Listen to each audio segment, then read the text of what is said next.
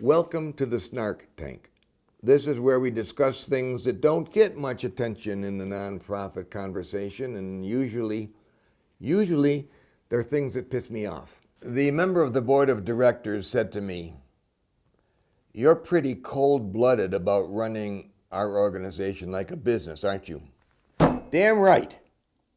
This is what went down. I was meeting with the head of a nonprofit that does a really neat job in serving its constituency, serving a large population. The organization was founded by this man as a platform for his own personal idealism. And in the room were a couple of members of the staff, a couple of key volunteers, and 2 or 3 board members. And we were all talking. I was asked to help them figure things out. The founder told me that the organization had a great mission statement. He commented that the staff loves the organization, the volunteers love the organization. He talked about how it's admired throughout the community. And as he's saying those things, I'm wondering what marketing techniques had he used to measure these things?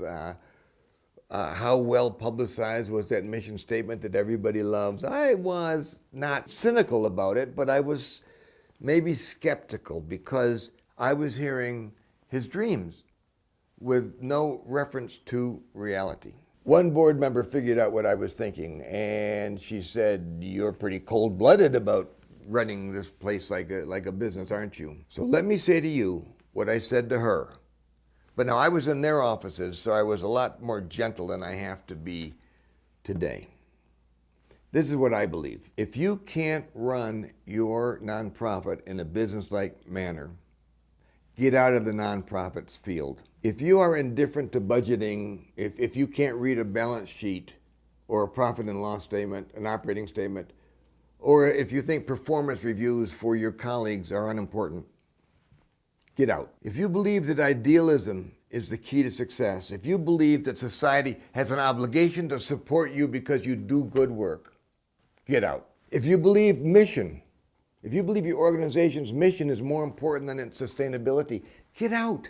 This isn't your world. If you don't understand that your organization must fight for human and financial resources, must fight for public support, public attention, public affinity, and must conduct those fights in a very highly competitive marketplace. If you don't understand that, get out. The nonprofit world's not right for you. If you think you're too busy to build relationships with major contributors and with community stakeholders, you don't belong in the nonprofit field. And if you don't think it's important to end the year in the black, if you don't think it's important to build financial reserves for rainy days, then whether you succeed in building them or not, if you don't believe that you need them, get out. Here's the nonprofit reality.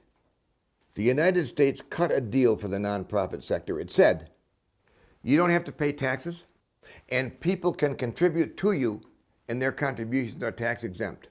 And all the United States asked in return is that you run an effective, productive organization, that you produce results as long as they're needed.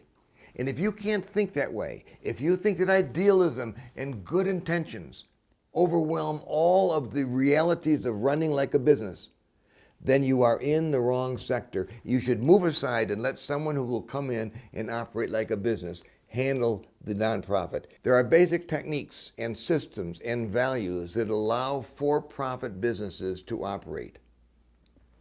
They're motivated by earning a profit. Those same techniques will enable you to succeed even though you're motivated by serving society.